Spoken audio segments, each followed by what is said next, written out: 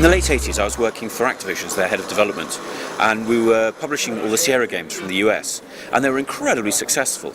And I felt very passionately that while I loved their games, actually the idea of King Graham of Daventry doing the same old thing, taking himself much too seriously. But we were very much going against Monkey Island and the LucasArts games.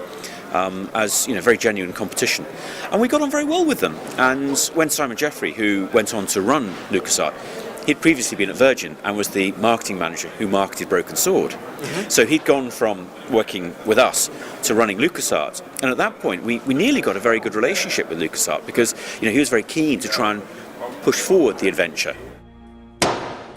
An innocent vacation in Paris unwittingly whisks young American George Stobbart away on a mysterious and compelling escapade which could change the fate of man.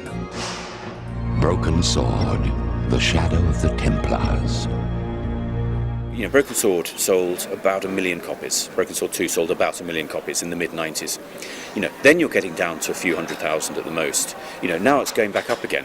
Developers like Revolution or many of the fantastic German developers, finding that they can actually sell and make a profit, which was very difficult 4 or 5 years ago. We wanted to write Broken Sword 1 on PlayStation, and we were working with Virgin Interactive at the time in Europe, and Virgin were wonderful, and they're still my friends. They were a wonderful publisher. They were just so inspired. But when they published the game on PC, and I said that we'd like to do a PlayStation version, and they said it won't work. Okay, but in that case I said we'd like to go to Sony. Go to Sony, it won't work.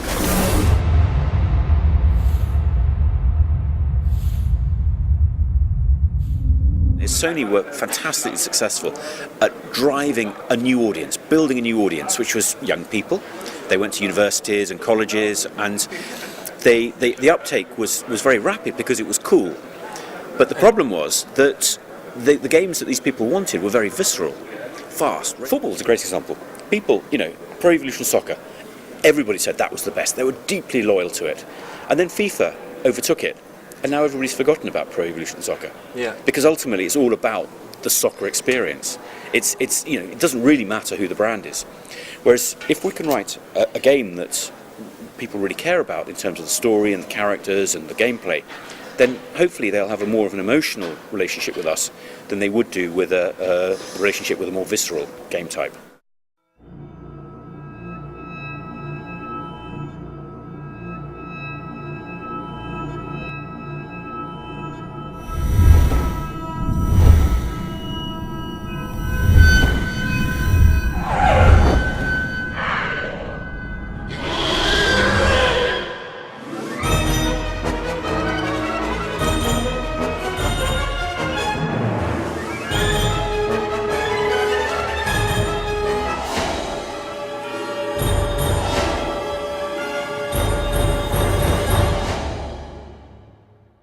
Publishers really believed that the new audience wanted visceral 3D games, and that's why in many ways when we wrote Broken Sword 3 with THQ we were aiming it much more at a console market, because the wisdom from the publishers was that that was what the future was and that the PC was effectively dead. What happened is that the audience grew very rapidly, and what people didn't notice was that the traditional gamers, the people that had played adventures before from a much wider demographic, age range, both genders, were driven out.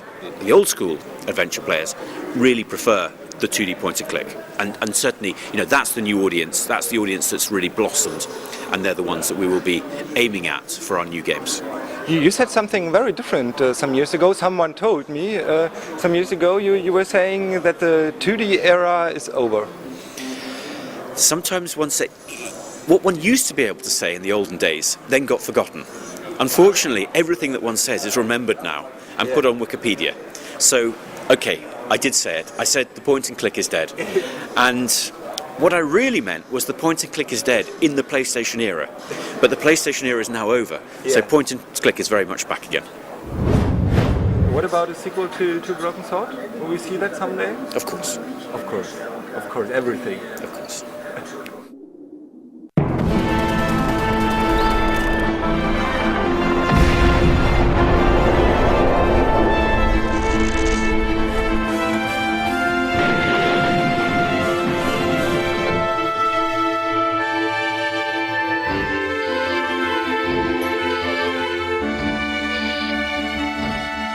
myself as a Beneath the Steel Sky fan, can I still hope on a sequel? Absolutely, yes.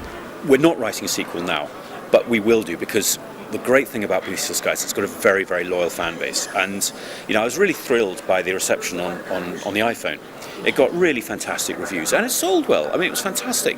And the interesting thing is, you could get the Scum VM version, and you could play it. So you could play it for free, and that's fine. That's no problem. So you either play it for free, if you're not prepared to pay for it, and that's great. And that's great for us as well, because it means that more people get to know about the brand. Or you pay, I think it's €3 now. Or you pay €3, and that supports our development, and obviously it's much better for us. What we need to do is we need to find ways of making games quicker to play, adventure games, because the idea of a character walking around a background, it feels very old-fashioned. But I feel very passionately that it's still all about, the text adventure was about go north, look at this, talk to this person, and that actually is what underpins adventures to this day. And obviously adventures go into many different areas, and you can look at Heavy Rain, which is a great game. But is it an adventure? As a genre, it's narrative driven. But you would say that the definition of a genre, of an adventure, one of the definitions would be that it's all about cerebral gameplay rather than Twitch gameplay. And Heavy Rain is very interesting because it requires you to understand the grammar of the joypad. And you need to be able to react very quickly, and if you can't do that, then you can't play the game.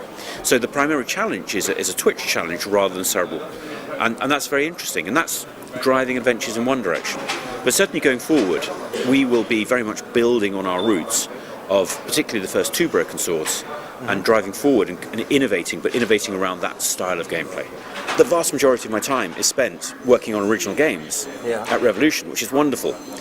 But then I also get a window to other areas, so whether it be with Doctor Who, whether it be working on the Da Vinci Code, which was interesting. I mean, it wasn't a great game, not my fault, but it was very interesting to meet Ron Howard and his team. Doctor Who is very interesting to meet Stephen Moffat and his team and talk about games, and it's a terrific way of actually seeing what's going on and getting a very broad spectrum of what's happening in other entertainment mediums and how it can apply to games.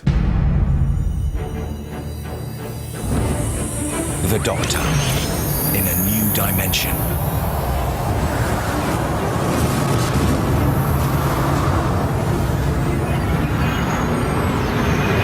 You take control in Shadows of the Vashta Nerada, the latest online adventure game.